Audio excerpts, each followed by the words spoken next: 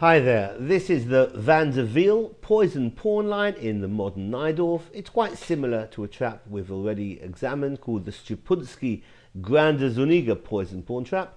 Here we'll see how the Dutch GM John van der Wiel dealt with a similar situation. After e4 and c5, knight f3, d6, we're entering into Najdorf territory with c takes d4, knight takes d4, and after knight f6, knight c3 defends, and a6 the Najdorf.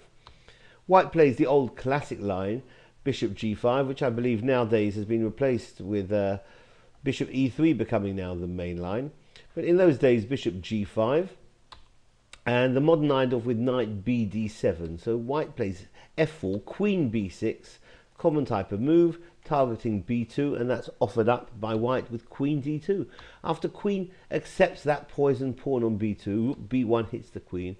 After queen a3, white here first exchanges on f6, trade of minor pieces. Bishop takes on f6. If knight takes on f6, that's possible, but then white might continue energetically with e5, so g takes f6 is more common. And now knight d5 first, threatening knight c7, which is going to fork the king and the rook. So rook b8 was played here, exactly similar to that game Strupunski against Grande Zuniga. And now rook b3 hits the queen. We're looking at the queen takes b2 line. In the previous trap we saw queen a4. So queen takes on a2, and that's met by queen b4. And after a5 hitting the queen, and the queen back to c3, e6 hitting the knight. Here white can give up that knight. Nice little piece sacrifice with bishop b5. First black plays a4 hitting the rook, queen c7, now that's hitting the rook on a8. That was the idea. And now after rook a8, that was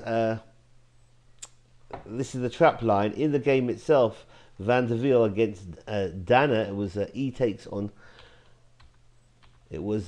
d5, taking that knight, and Van der Wiel went on to win. This is a prettier line that we're looking at now.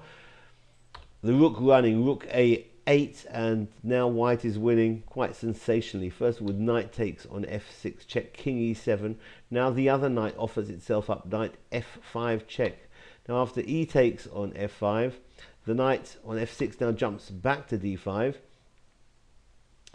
and the king goes back to e8. So I have to investigate what happens with king e6, but we'll leave it at that at the moment. King back to e8, and now bishop takes on d7 check, forcing bishop takes d7. Now the knight back to f6, hitting the king as well as the bishop on d7. King has to go to e7. After king e7, queen takes d7, allowing the capture on f6. But now queen takes f5. This is beautiful. King back to e7. If the king would have gone to g7, I can see the rook from b3 is going to make its way to g3. So king back to e7. But now rook takes on b7. The king is dead. And after king d8, queen d7. Checkmate. Beautiful stuff. So this has been the Van der Wiel Poisoned Pawn Line in the modern Najdorf. Thanks for watching. Bye-bye.